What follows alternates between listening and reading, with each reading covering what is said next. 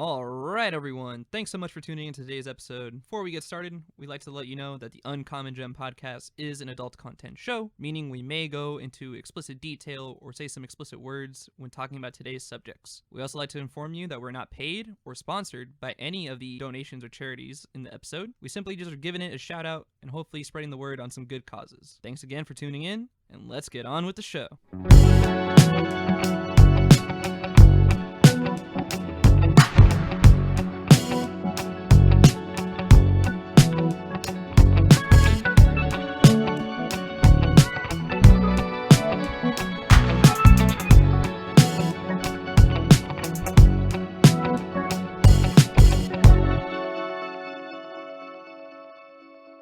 We are back. What is up? Episode 17 of the Uncommon Gem podcast. Good to be back, y'all.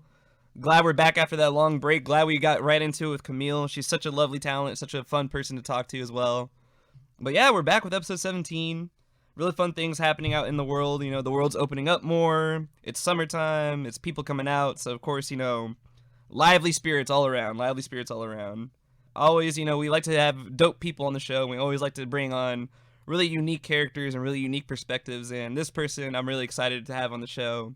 We met in high school way back when, so this is a real throwback of a guest, but I'm very excited because she has done such an amazing job with her whole life, honestly, but the career choices she's made is so fun and really cool with filmmaking. But yes, she is a filmmaker, she's a director, a writer, an associate story producer, and she works with a lot of horror effects and makeup, so it's really cool to look at her Instagram. But folks, please welcome to the show, Aimee Kuge.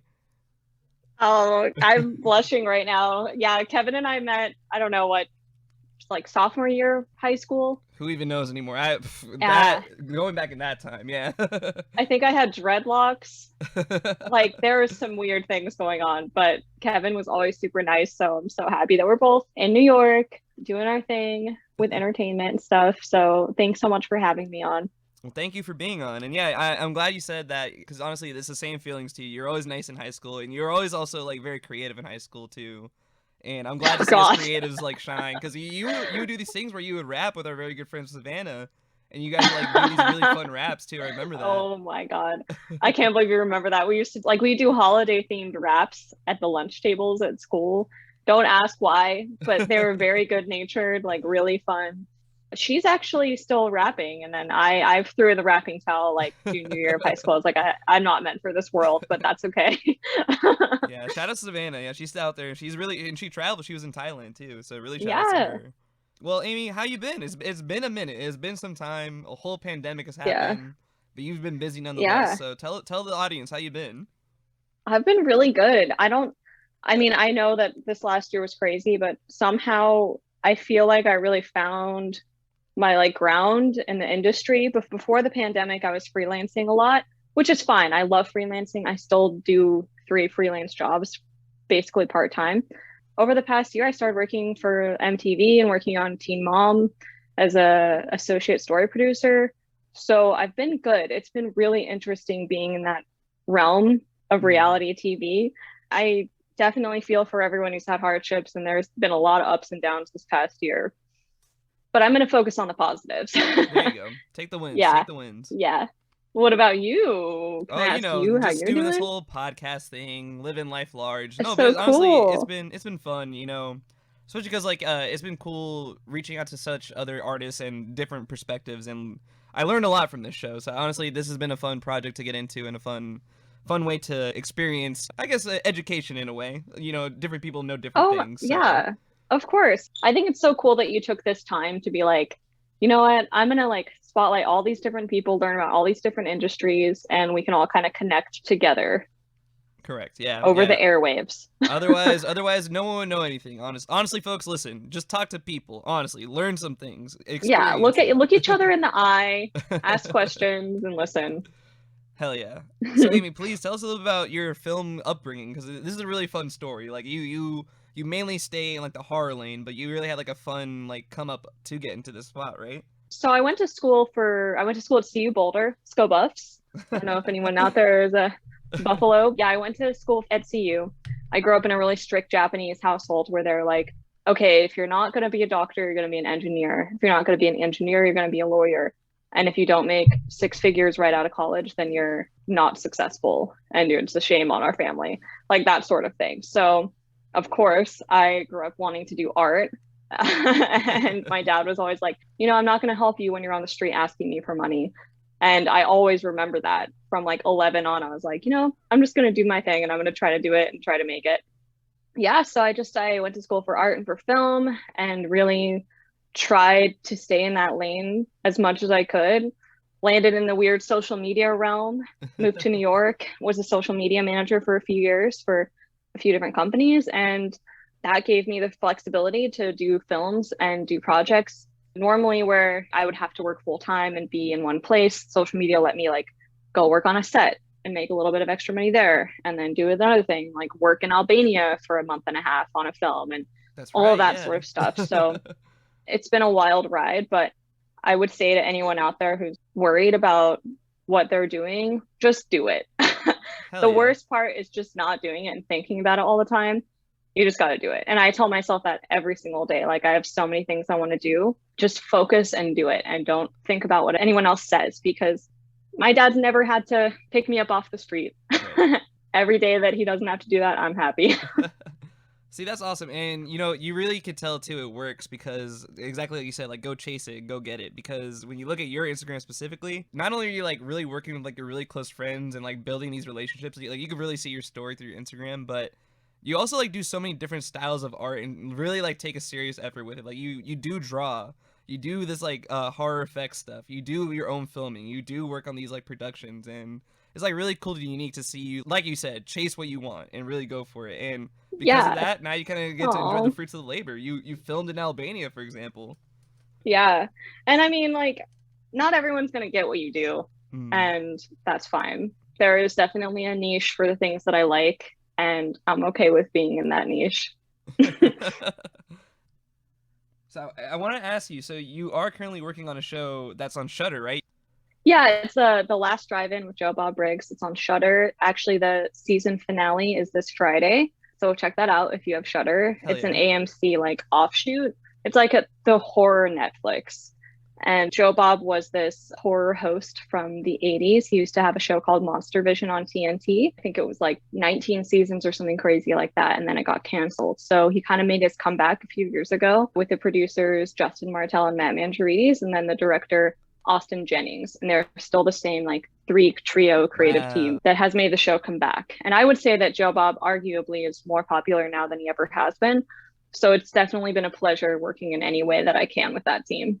Hell yeah. And it's such a fun show too. It's always a good time to watch a good old B movie, but sometimes they watch more modern movies too, which I like. You know what I was thinking? I didn't know that you watched Joe Bob. Like, you watched Joe Bob. Yeah, I love That is Shudder. Insane to me. I'm so happy to talk to you then, because like Kevin asked me, and you'll figure out what the uncommon gem is later. But when I told him the uncommon gem, I didn't know if he would know what I was talking about. But I think he does if you like Shudder. Hell yeah, exactly. Definitely, folks, if you're into spooky, gory stuff, get ready, because we're in for it now. Yeah, we're in for a treat. I wanted to ask if you wanted to talk about Ship to Shore, if you want to talk about that at all. Oh, yeah. So Ship to Shore is a record label based in Brooklyn, and they release like a lot of horror soundtracks, video game soundtracks, just uncommon soundtracks. They do a lot of re-releases of like city pop from the 80s, from like Piper to Momoko Kikuchi. I probably said her name wrong. I'm Japanese, but I'm not good at pronouncing Japanese things. I'm really sorry. But yeah, I just do social media for them part-time. That's one thing that I've just been doing for a few years now, and I really enjoy spreading the vinyl love and telling people about new releases. So a bit of a nerd alert, because obviously as I was like, because we're friends on Instagram, so I see you post these things here and there, so I definitely bought a vinyl off of there. No way! Yeah, the Two Mellow vinyl. Two Mellow, yeah. Memories of Tokyo 2. Two Mellow is an amazing artist. Hell yeah. So Memories of Tokyo 2 is like a love note to Jet Set Radio, if any of y'all have played that game. Very Honestly, fun, very stylish. It's cool to me because I never play those games, but I watch a lot of my friends and cousins play it, and every time it's like, yo, this soundtrack is going. Like, this is a good soundtrack. So the Two Mellow soundtrack is awesome.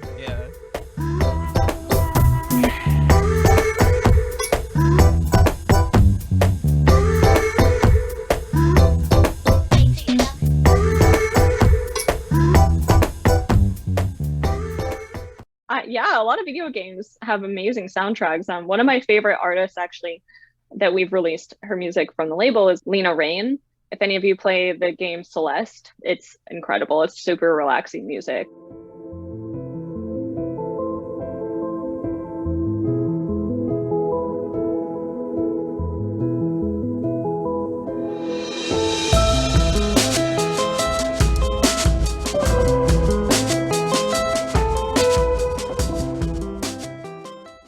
We just got those records in Dallas in this record shop called 14 Records, run by Bucks Burnett, who's a local character. If you know him, you know him. And he had never listened to any video game music or like any electronic type stuff like chiptune. But he listened to this soundtrack for Celeste and he was like, I listened to it for hours. It was so relaxing. It just put me in such a good mood. So yeah, if you're sleeping on video game soundtracks, then put that on your turntable because they're actually really good. Yeah, check it out, folks. Ship to Shore. And honestly, they have a lot of cool stuff. They even have like Studio Ghibli soundtrack, all a bunch of stuff, and they're all great soundtracks. Yeah. Oh, thanks, Kevin. Honestly, I love vinyls. Like, that's my thing. So as soon as I saw that, I was like, yep. All right, folks. As always, we're always going to bring a charity, a donation, or a service that the guests would like to call some attention to and talk about for the show. Aimee, do you mind telling the folks what we're going to be talking about today? Yeah, we're going to be talking about the nonprofit film organization called Film Independent. They kind of do a lot of different things, but basically I like directing young filmmakers there because they offer so much. If you become a member, then you have access to a ton of screenings. I think they have like 200 a year, maybe more than that. They also help filmmakers create their movies. They introduce them to an audience, help build the audience. And they also have gone to extreme lengths to help diversify the community. Even though there's been a lot of strides in filmmaking, there are still a lot of gaps that I think need to be filmed in terms of, you know, people of color, women, directors especially. I feel like that is a realm where there are still not a lot of female directors and people that are, you know, underrepresented. So I think that Film Independent does a great job of trying to diversify the filmmaking community while also offering like all these different screenings, memberships. They have a Spirit Awards that showcases like a lot of young filmmakers. There's even an award for first time film writers. So if your screenplay, you know, it's brand new, you're like, I don't want to show it to anyone, you could enter it into their competition and win. They also offer a lot of money and funding for filmmakers, and they have an artist development program for writers, producers, directors, and documentary filmmakers that offers year-round networking opportunities. So if you're really looking to learn more about film, just get your feet wet, you're kind of worried, like, how am I going to meet people? How am I going to like get money for this? Film Independent is a great place to look and start because they've been around since 1981. They kind of have like an all-encompassing website where you can figure out where to go. Hell yeah. And, you know, I couldn't agree more with what you're saying with like getting that representation out there because for a lot of people of color, for a lot of lower financial people, they can't really get access to this kind of education or like this environment. And I mean, you specifically, you can speak to the power of how you've built a community, you've built trust and like relationships, kind of working on sets, kind of working on these like kind of styles of, you know, productions, you know, and I think it's super important for someone to get in film to have that. Yeah, and I didn't like hearing this when I first graduated from college, but you're gonna have to do a lot of stuff for free. And it's really difficult when you don't have enough money saved up, when you don't have enough money at all. So finding like places that will give you money to be creative is huge. And finding these networks where, yeah, you might go and like work on a film set for free for a few weeks, or you might, you know, go to this like networking event and not meet a bunch of people. But there is that one, could be that one event that you go to where you meet your partner, your producing partner, your writing partner, and then everything changes and like this creative spark is lit under you and you just start producing things with them and making things, and they might start low budget and they might get bigger, and then soon enough maybe you'll be signed on with a network or something. So I definitely think that there's so much value in just communities and fostering communities, meeting other people, even if it's an online community where you meet on Zoom every Friday. Like, so much stuff happens when you, like we said earlier, talk to each other. Right. Just talk about to like-minded people or people that don't have the same views as you. Both are valuable. Yeah. 100%. Yeah. And yeah, you know, especially with entertainment, you know, you want to meet these diverse people because it can add so much perspective, and especially, you know, given with where we live with Hollywood now, it's so whitewashed. So if you get more of that diversity, if you get more of that perspective, I think that really helps aids, you know, the spread of diversity in mainstream, because a lot of the independent people to come from this are now making big budget movies, are now getting like the love and the shine. I know like they also like really try to make sure they grab a lot of mentors that are of color or are women to also make sure that's represented too. Yeah, and a lot of the board members of Film Independent are also people of color, women, people with disabilities. It's very diverse, so it's a good nonprofit. Hell yeah. Folks, you're going to go to filmindependent.org. That's where you go to find out to donate. That's also where you go to find out some more information. But yeah, you know, especially if you're into the film industry, I think it's really worth checking out, really looking at the resources they offer, and just kind of surfing that website. There's so much stuff that they show that you can get into, and just on your own, like literally just looking at the website. Yeah, and I went to film school. I really appreciate film school, but I'm going to tell you a secret. You don't have to go to film school to make movies. Say it louder. You don't have to go to film school to make movies. This is a great example. You could go on Film Independent and take a class or a course or whatever programs they have them specific for screenwriters, directors, and producers for way less money than tuition. And yeah, I mean, I love higher education, but I definitely don't think it's necessary for certain things. Right. You can learn a lot. You can film something on your iPhone. If you've never seen there's a movie, Tangerine, that's filmed on an iPhone. It's amazing. Definitely check it out. There you go. Aimee just keep giving you that trust in yourself. You know, that's what she's trying to tell you. Just trust in yourself. Yeah. Well, folks, honestly, when Aimee told me her uncommon gem, it wasn't shocking, but it was very awesome because I'm very hyped to get into it. So, Aimee, do you mind telling the people what your uncommon gem is today? Yeah. So my uncommon gem is a gem of a person, and his name is Frank Henenlotter. He is a filmmaker, and he is a 7-year-old man born and bred in New York City, right where Kevin and I are. Well, not exactly, but New York. We're in Brooklyn. He was born in Long Island, so a little different if you're around here, you know the differences. But yeah, so he's a screenwriter, film director, and a film historian, and he is my gem. And honestly, I really like that you mentioned the New York part, because when I was watching interviews of him, that accent is just to die for. Like, him talking about horror movies is just so great. So, was it difficult to make? It was difficult to make only because we had no money whatsoever. So we'd shoot until we ran out of money, and then I wouldn't even see what the footage looked like. And it's so good. Tell us, so how did you get into Frank? How did you learn about him? Where did it begin? So I first learned about Frank. It was like the first year I moved to New York. One of my friends was like, "Want to watch Frankenhooker?" And I was like, "I've never seen Frankenhooker." And you know, like now I'm like, how did I not know about this? I've always been into horror. I've always been into like sci-fi. I've been into kind of exploitation films, but for some reason I just never went down that alley of Frankenhooker and Brain Damage and Basket Case, which are Frank Henenlotter's biggest films. Mm-hmm. So I watched Frankenhooker first. It's from 1980, and it is about a Frankenhooker. I mean, she's this mad scientist. Girlfriend dies during a party, and it's a tragic thing. It's a big accident. He wants to bring her back to life. So instead of going the traditional Frankenstein way of like just using her body parts, he gets a bunch of body parts from hookers. He basically goes to New York, like the grimiest parts of New York City, not anything like it is now, and collects hookers, and he gets their body parts and he makes a Frankenhooker. In 1931, the world was horrified by the motion picture Frankenstein. In 1935, horror turned to terror with The Bride of Frankenstein. In 1990, the makers of Basket Case and Brain Damage bring you... Want a date? Frankenhooker.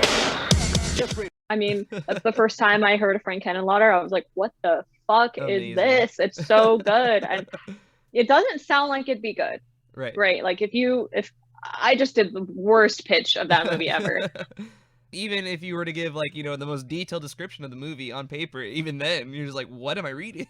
Yeah. And you're like, this is gross. But once you watch the film, it has a lot of nuance. It's so creative. And the audacity of Frank Henenlotter to make it and, you know, run with it and not be ashamed by it, but proud of it for being an exploitation film is what attracted me to him.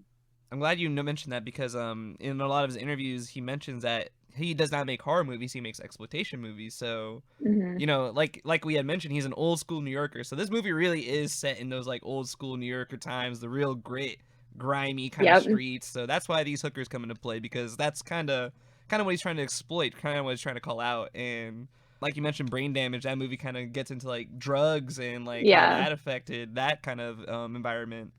You know, obviously these movies' effects, they're really like specific towards this kind of like things, and it really plays off well in these kind of movies.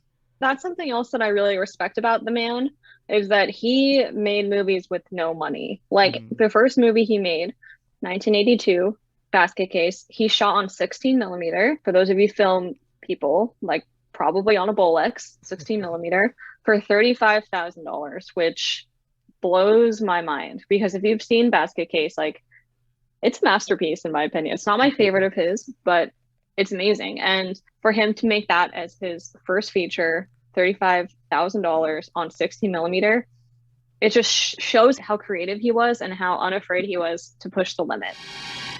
What's in the basket? Open it, if you dare. Basket case. Honestly, yeah, and that's the beauty of it. Like, he really believed in his own vision. I believe I even saw that, like, he didn't, because there's such a short budget, he didn't even know like what the film looked like for most of the project. So like, he was kind of just editing it as it went. And that's the beauty of this kind of run and gun, like low budget filmmaking, especially back then. Like, God, we're so freaking lucky. We have 4K, 8K cameras on our phones. And here this guy is back in 1982 on his Bolex shooting something, doesn't even know what it looks like, invest all of his money into it, and make something awesome and start his film career. Yeah, I mean, that's such a good point, Kevin, that he didn't even know what it looked like. He just went with it. The film itself, like, looks so well, because like you said, it's shot in 16 millimeter. So like, that kind of like literal like film looks so amazing for this specific kind of movie, because you kind of want it to have that grungy feel, and it really is grungy, like in that sense. It's disgusting. Like, there's some hotel scenes in that film that you wouldn't want to take one step into that hotel room. Like, you see that and see how gritty it is, and it's just such raw New York. I don't know how else to describe his movies, and maybe I like Frank Henenlotter because I love New York, but yeah, I mean, all of his movies have that grit to them and the grunge. I want to dive into that a bit, because you know, you study film a lot, so you can kind of speak to this, but I really love how settings are characters in movies. A lot of my favorite movies are actually movies that take place in one location the entire time, because that really really? Like, I love a bottle movie. I love a bottle movie, honestly.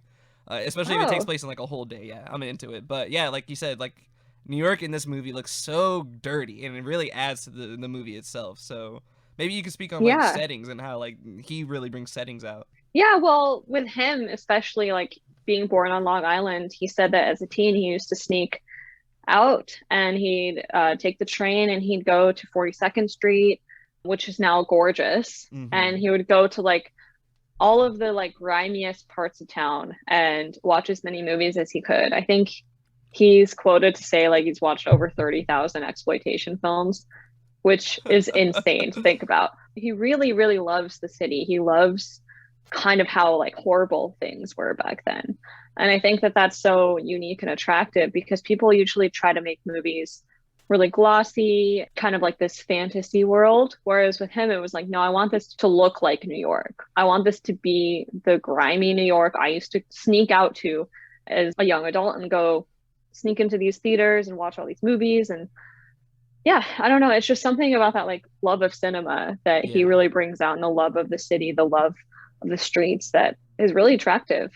You can see it. You can see it in all of his films. All of them have that aspect of like, you wouldn't want to be caught dead in some of these areas, but you want to be there. Like, you wouldn't want to, but you want to. You want to see it. You want to know what happens to these characters. And I think it kind of goes along with the monsters that he creates as well. Like, oh God, yeah. What? Bile, or what's the character? Belial. Belial, a Basket Case. Yeah. Oh my goodness. Yeah.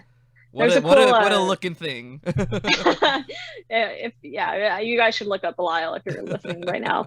Just open your phone and look up Belial. So Belial, it's kind of cool actually. Like, that character was so low budget for Basket Case, for the first Basket Case, and Henenlotter actually was like, he would like puppeteer Belial. Like, he was Belial's hand that came out of the basket in a lot of the scenes because it was so low budget. They didn't have someone to do that. So he would do that kind of stuff. He would crawl into the little thing and pretend to be Belial. And yeah, I mean, that creature is made for nothing. And you kind of see how Hollywood makes monsters now, and they're so glossy and so CG. So sometimes not even real effects. Yeah, and like I just love how practical all of this was, and how practical, you know, all the ooze and the slime and the blood and all of that. Yeah. I look, practical effects very like nowadays. Some movies utilize them, but more for like just a character costume than anything. But I do miss the good old days of like, I thought the Evil Dead remake, I thought that was like a really good like practical effect of like modern times. Like some of the stuff they were doing in that movie like really brought me back to like some of the old school horror movies in that sense. Oh yeah, I like the new Evil Dead. I still like the originals more, but I do appreciate the remake. I think it's better than the Halloween remakes. Don't kill me. I don't like the new Halloween. I'm sorry. Jamie Lee Curtis is cool, but that movie was, I don't know. That's another podcast. Kevin, did you watch Frankenhooker or Brain Damage or Basket Case? So I watched Frankenhooker. I have actually never seen Basket Case. I was watching a couple clips, but I actually wanted to get into this because one thing I noticed, obviously, you know, like older movies, every director's going to copy something at some point, you know, like it's just a constant hand-feeding chain, you know? But one shot that really drew my attention was the part where like the people explode in Frankenhooker. And like there's like a leg that like flies out, but like the camera's like stuck to the leg the entire time. Yeah. So, like, follows the leg. I feel like I've seen that kind of style of shot or like that imitation of a shot so many times. I'm not sure if it was him that did it first, but you definitely know like he definitely inspired a lot of people off that one kind of concept. 100%. And I mean, that really speaks to him being a film historian as well and watching thousands upon thousands of movies. Right. He's no stranger to saying like, oh, this was inspired by this movie from 1939 or this was inspired by this director. Like he is a film historian. So I like that you brought that up because I'm sure there's so many influences to his films. I know especially on the cover of Basket Case, the creature like peering out of the basket. He said that image came from a movie from the 30s that he saw as a kid. And it like stuck with him. And he was like, it was the scariest thing I've ever seen in a movie. And it wasn't even like a horror movie. It was just a creature hiding in the bushes. And he like used that for Basket Case in the 80s, so many years later. Whenever you have been on a project or whenever you have yourself been filming something, have you ever like used any of his ideas or been like, you know what, I'm gonna use a Frank or Henenlotter move right here? You know, more so in my screenwriting, I've been working on a few different scripts, and I really love Brain Damage. It's my favorite out of his movies. Brain Damage. It will turn you inside out.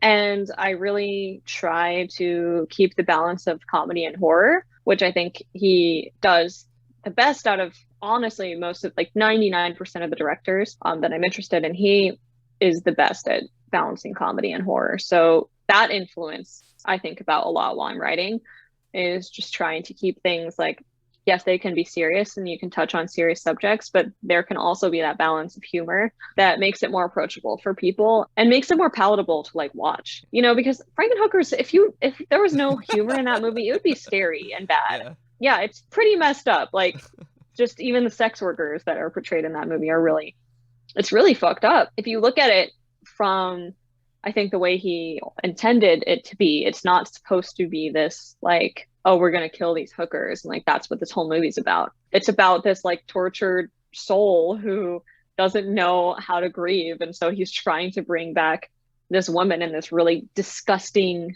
way. And at the end, I mean, you know what happens. I'm not going to spoil it for you guys. But I think, honestly, y'all, if you're listening to this episode, y'all got to check out these movies. I'm sure they're very accessible. I'm sure some of them on Shudder. But yeah, I'm sure that they are. I think that Frankenhooker is for sure. But yeah, y'all got to delve into these like, I know it's like, he has a very cool quote I looked at that he was like, you know, a lot of Hollywood movies nowadays he considers the B movies because they're not necessarily like a movie in his opinion. Like what he's trying to go for is such a specific vision and specific style. And I'm glad you mentioned how, you know, the characters have like ethos and like there's like actual like sadness to some of the characters because it's not so much that these are wacky scenarios, it's just that these are predicaments they're dealing with and they just like had to keep on going about it. Like he's not trying to play like, oh yeah, and there's a Frankenhooker, you know, like he's like, nope, this guy is trying to get over it and he's making this Frankenhooker now. Yeah, and just how unabashed he is to make title Frankenhooker. Right. Like, he's not hiding anything at all. And I Right. think that a lot of people do hide a lot, especially nowadays, like trying to be as PC as possible. And to be honest with you, I think it's sort of stifling cinema, it's stifling filmmakers to feel like they can't say what they want to, what they're thinking, even if it's controversial. Like, we need these stories to be told so that we can talk about it. And maybe it resonates with someone in a positive light, maybe it resonates with another person in a negative light. You can't make something that's bright and happy and cheery all the time. Yeah. And I think that's what makes me always go back to Frank Henenlotter and the B horror movies and the exploitation films of the 60s, 70s, and 80s, is that it was kind of like the Wild West of like horror. Maybe yeah. not so much in the 80s because there was the rating system that was pretty strict. I'm sure that his stuff didn't get shown in a ton of different countries and areas because of the name specifically. I think they rated it S, and he was like, "Oh, S for sexuality," and they're like, "No, S for shit. It's a shitty movie." Damn. And they said that to him, like, just because of what the content was, and maybe they didn't even watch it. Another filmmaker who that happened to, is Clive Barker, directed a lot of the Hellraiser movies, not all of them. Ooh. But are you into Hellraiser? I watched them when I was younger. I haven't seen them in a long time, but I remember specifically, I think Hellraiser 3 is like a crazy one. I would have to rewatch them. It's been a minute, yeah. You should definitely rewatch them. I like, my order of favorites for them is, I would say, is 1, 2, and then 4. I don't like 3. 4 is good. 5 is interesting. 1 and 2 are the best. 1 is the best, though. And if you don't agree, feel free to DM me if you're listening to this, and we can talk about it. But yeah, I mean, they gave the Hellraiser film like such bad ratings. The first one, Hellraiser, they said that it was just like torture porn. I think it was Roger Ebert who said that. And these movies, yeah, they have these ridiculous, outrageous things that happen, and there is gore, there is sexuality, but for the most part, they have a lot more going on, like you said, with the ethos and with the character development and the storytelling. I mean, we can all have the same hero's tale like hundreds and hundreds of times and be satisfied, but how many of those movies really stick with you compared to like some horror films that have crazy stories? It's true. And I'm kind of glad that, especially with modern horror now, like now we're getting movies like Hereditary, Midsommar, Get Out, where they're more like getting into the drama of it all, more so than the actual like, here's a scary image, here's another scary image. They're not so much like being like, okay, this is like the real horror of it all. These people are suffering so deeply, like we're gonna show you to you. And yeah, I mean, Ari Aster, he dives deep into the familial drama. Ooh-cha. Yeah. Yeah, I loved Hereditary. I saw that in theaters. It was great. I also saw Get Out in the theater, and that was a great experience too. Right. I feel like that's exactly the balance of comedy and like in the fear as well. Like exactly what Jordan Peele was playing at for Get Out, especially because with race tensions, it's very easy to like hone in on. But the way he was like calling it out in that movie is such a great way of writing, and it's really cool to me to see, especially because Jordan Peele like really likes horror movies. You're probably positive that he's seen movies from Frank, or that he's seen B movies like this and kind of like drew something from that to apply to 100%. His current movies. Yeah. And I mean, why I wanted Frank Henenlotter to be the subject of the podcast today was because I feel like a lot of people that are just getting into horror kind of stay on the surface and they don't really dig deeper into the B horror unless they like go for that first. But I think most of the times, and I could be totally wrong with this, people that enter the horror realm of things, they wouldn't try to look at stuff from the B stuff from the 80s. And I think that it's a shame. I mean, I wish I would have known about him earlier, but I didn't. So this is for those of you who don't know who he is and don't know about Basket Case and Brain Damage, especially Brain Damage. As I said before, it's my favorite one. And you should watch that too, Kevin. I don't want to spoil anything. Yeah, but what I saw of it, like that little slug-looking creature, I was like, all right, I gotta see where this goes. Oh yeah, Aylmer. There's actually an episode on Joe Bob about Frankenhooker, so you should watch that one. Oh hell yeah! Actually, as I was scrolling YouTube, I saw that he was like being interviewed on that show. But I did read this fact. So he released Basket Case, and when they put it out in theaters in New York, they actually censored it. So they took out like a lot of like the horror scenes and left like pretty much only the sex scenes. So it's like, this is not my movie. Yeah. Like, this is very uncensored. It's not my movie. Or it's censored. It's not my movie. But then Joe Bob actually released it uncensored in Texas, and that's kind of how it got its cult following. Because, you know, as Amy had mentioned, Joe Bob's obviously very big into this kind of environment, very big into these kind of movies, so people cling to it Yeah. like it was a cake. That just goes to show the rating systems are just super messed up with things. I think that now if you see pubic hair, your movie gets an immediate X. There could be like 10 people dying right before that pubic hair gets shown on screen, like corner of pubic hair. Someone's pubes Yeah. makes the movie an X, but you can have all these other people dying, boobs, butts, all that stuff, but we're still afraid of pubic hair in America. That's weird. I'm sorry. Like, that's super weird to me. And it's limiting too. It's limiting on the director's vision or the screenwriter's vision too, because obviously, yes, you know, some things are going to be extreme, some certain visuals are going to be extreme, but I feel like we're now in this whole of like PG-13 horror. Like now that's going to be like the trope, because they're like, well, if this movie's got to make money, this is the only way we're going to do it. We got to make it PG-13, and I think it's very unfortunate. Yeah. Yeah, and filmmakers shouldn't have to worry about that. Yeah. Totally. Yeah, I completely agree. It's pretty unfortunate.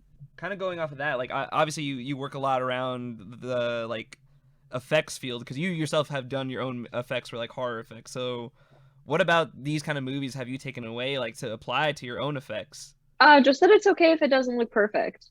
A lot of my favorite movies actually have practical effects that don't look perfect and aren't aren't super accurate to what it would actually look like. There's something nice about that. Like, there's something nice about Aylmer and Brain Damage being this weird purple slug phallic brain thing.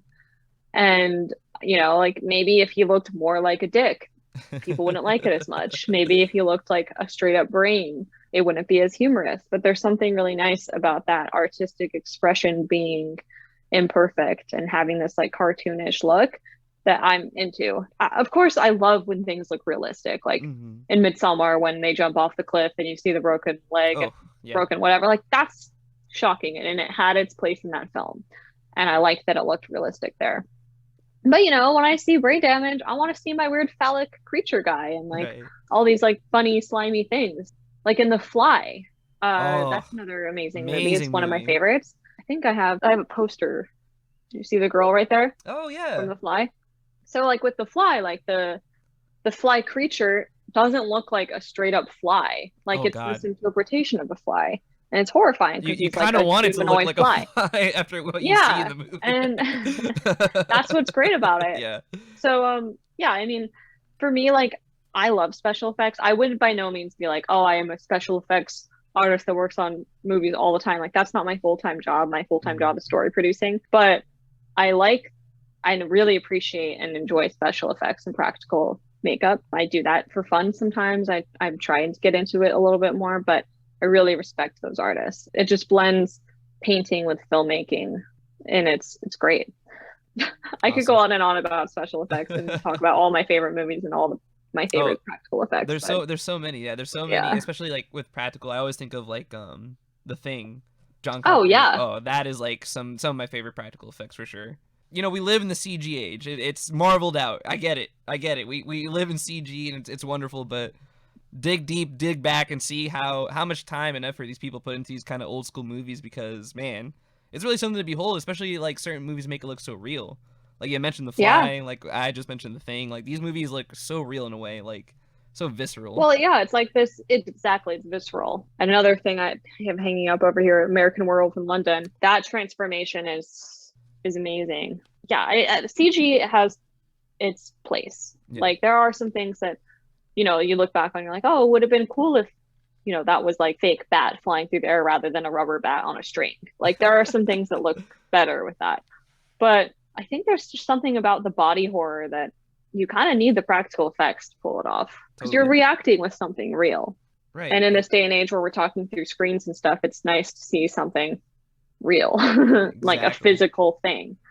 It takes up that space, honestly. It really does, because sometimes, you know, when you're the viewer yourself, you really feel that like space being taken, rather than, okay, that's just not really there. It's not really there at all. Exactly. Yeah. And you see these behind the scenes pics where the actors are just talking to like a green screen and like a person covered in like dots, and it's like, wow. You can kind of see it. One thing I do want to shout out this man for, I think it's really cool that he does this, but he actually did like collections of VHSs and DVDs of exploitation films, which I think is like really cool for this specific person to do, because very clearly you had mentioned He has watched thousands upon Mhm. thousands of movies to get where he's at, and that kind of knowledge, especially. I would love to see an Aimee collection at some point in the future, you know. But you know Oh what I my mean? god. Like, that's the kind of Yeah. you know, no one would know about these movies, I'm sure, if he didn't shout them out, and I think that's really beautiful that he did that. Yeah, look up Something Weird Video. That's the distribution company that he works for and he works on. It's based in Seattle. They shout out a lot of great exploitation films from the likes of Herschel Gordon Lewis and Harry Novick and Doris Wishman. Herschel Gordon Lewis is someone that y'all should look up to if you're into splatter horror. He's an amazing person as well. Yeah, you did your research. He releases a lot of stuff. He's gone from filmmaker to that because the last movie he made, I think, was in 2008, Bad Biology. I think that he kind of got discouraged from the, you know, Hollywood system and how he wanted things to be all under his control. Like he wanted full creative control of his films. And in order to make profitable, successful movie, a lot of times you have to work with a larger company that's going to tell you, no, you can't have this girl's boobs get sliced off and thrown into the river and eaten by dogs. Like, you can't do that. And he's like, but I want to do that. So he stopped making films, and he's gone into this film historian, like, distributor route, which I think is really beautiful because it does still something he's passionate about, something that we need to know. Like, there's plenty of new stuff, but there's plenty of old things that we haven't seen yet. And guess what, folks? He's still kicking. He still actually goes out into like the Alamo draft houses whenever they show his movies and stuff like that to do a Q&A, which I think is also pretty cool. So I'm sure if you look up where he's going to be, obviously we're kind of coming down from a pandemic, so I don't know where exactly he'll be nowadays, but I mean, he's 70, so yeah. we'll see where he is, but he's really nice, actually. Some of my friends have talked to him, like, to work on projects and things, and have said nothing but nice things about him, and then he's super humble and sweet, open amazing. and communicative. And he has a great accent, which I can't replicate. Maybe Kevin can. No, we'll put a clip right here. It did well for me. It bought me this apartment. It sold all over. It still sells all over. I mean, I still make money off the damn thing. So that's how you measure a success. And it's got a huge cult following, which is, I suppose, more. It would be better if I said that's more important than the money. But no, I need the dough, folks. I really do. Can you do a Long Island accent? Oh, it's like, the thing is, I don't want to butcher it, but yeah, very long John. Yeah, like, you gotta really get in, and yeah, it's. I could just say Long Island. Yeah. And that's it. A bunch of characters. Listen, New York accents, beautiful stuff. Let me tell you. Do you want to hit on any big notes at all, or anything that you think we might have missed? I mean, we dived into it. I'm just happy that you watched Frankenhooker. Great. I mean, Kevin, can you tell the people what can you sum up Frankenhooker? I need a little review. This is gonna be my synopsis. Okay. This woman. Okay. This is like. So first of all, there's a crazy doctor, but okay. So there's a woman who is a prostitute, and she just so happens to be walking around the streets, right? And then I believe she's murdered. Is that what happens? I forget that part. Well, he invites them over. That's like, right. He goes out and invites them over, and like throws a party, and that's right. when all the like body parts and the people explode. And the like, pimp is there. There's a pimp. Okay, this pimp. First of all, whoever this person is, as soon as he walked on screen, I knew he was a pimp. One, but two, just a character. Really grabs your attention. Big gold chain. He's like Arnold Schwarzenegger's lackey. But yeah, so the doctor puts these pieces together of all these dead hookers and prostitutes, and lo and behold, becomes Frankenhooker. But she says so many limited lines. It's very silly what she says the entire movie too. Like, really funny. Want a date? Looking for some action? Need some company? Just a fun stuff. Yeah, I really recommend that one. Good watch, yeah, for sure. I don't want to give too much away because it really goes places too. But yeah, they all go places.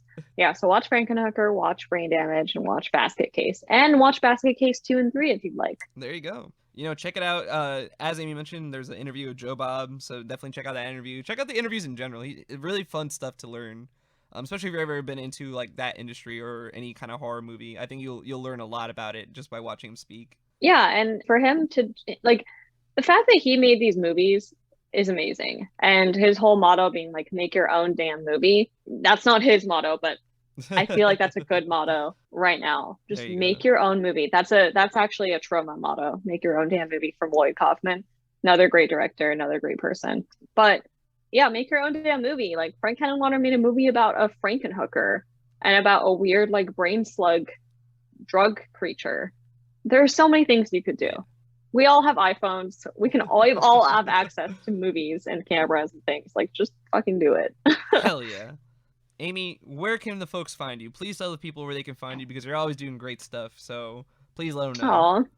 Well, I'm on Instagram and Twitter mostly. My Instagram is melty feelings, like your brain is melting, melty feelings. And then my Twitter is Mayumi Aimee. Just look at the description. I don't want to spell it for you. Yep, we got you. I'm just starting to get into Twitter more, so yeah, great stuff. That's where to find me. Honestly, folks, when you check it out, you're gonna see some really cool things. She's always up to something, so definitely check it out. Oh, definitely check out The Last Drive-In with Joe Bob Briggs. Really good show too. Definitely a great way to access kind of B movies too. Yeah, for sure. The community is great. Tweet along with us. It's really fun. Oh, and the last thing I want to shout out is I'm working on the next season of Teen Mom, and it's gonna be fun. So please check that out on MTV. We when got it comes some out. juicy reality TV coming up. I'm folks. not gonna. I can't say anything because we're in the middle of it. But yeah. filmindependent.org is where you're going to go for today's donation or charity.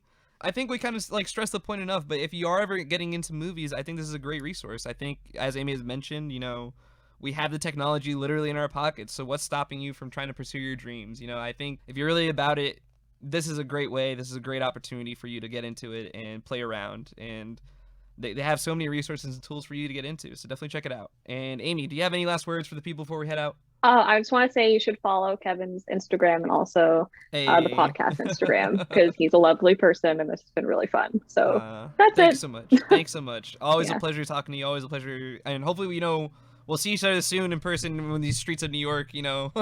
Yeah. Hopefully, no brain slugs filling us up with drugs or nothing like that. I hope they do. I want them to. Folks, as always, you know, check us out: Spotify, YouTube, Google, Apple, SoundCloud. We'll be back again next Friday with episode 18. Always a pleasure, folks. Take care, all right?